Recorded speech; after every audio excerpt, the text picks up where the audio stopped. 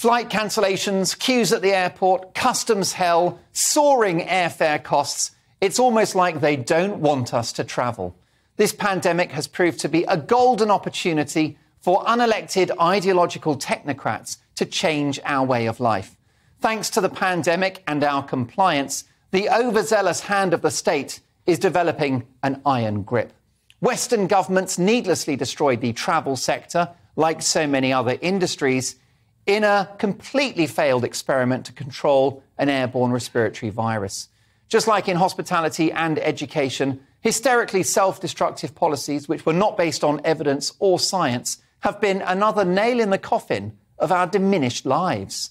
Lockdown policies in relation to leisure and travel mean you can't get a taxi in our big city centres on a Saturday night because all the drivers got rid of their cars and took up a new occupation. Pilots and cabin crew left the industry, and hotels and restaurant owners either sold up or went bust. The overreaction to COVID continues to decimate our economy, with flights being grounded due to crew being off sick with COVID.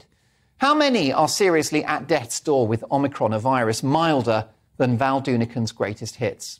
Would we previously have had a functioning airline industry if people had called in sick with a cold? Of course not. With over 3 million people in Britain now currently carrying the virus, and with a new, even more contagious version apparently on its way, it's time for business as usual, even if you've got COVID.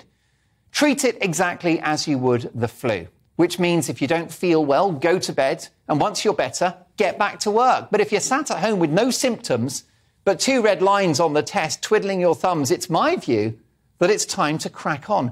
Over 3 million people have currently got COVID. Go figure. A dreadful virus, though it is. It's claimed too many lives and we all hate it. And it is nasty for some, but let's be honest about it.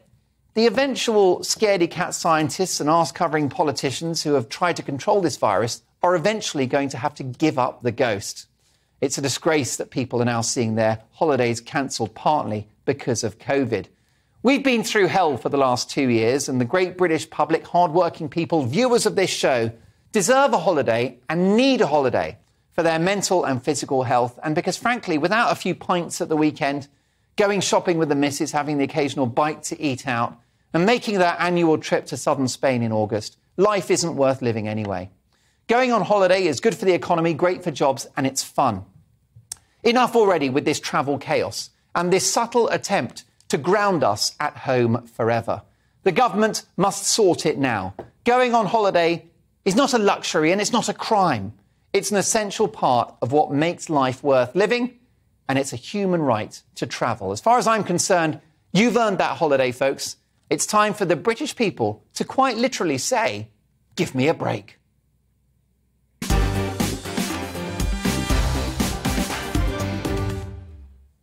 Amy Day, the government and our new Prime Minister must sort out this chaos at the airports. Absolutely. I think the thing that confuses me is that they're saying, give me a break. They're saying, I need to go on holiday, as if they're going to hop on a plane, land, and the global pandemic is not going to be there anymore. So I think at a time like this, people need to stop focusing on going on holiday to give themselves that added pressure. They're being charged by these airlines when the airlines know that there's not enough staff. It confuses me that people feel it's essential to go away at such a terrible time as it is right now. It's all over the press. People are aware that, the airlines are suffering. People are missing flights. People are getting stranded once they actually go on holiday. They can't get home. So is it really worth it? I don't think so.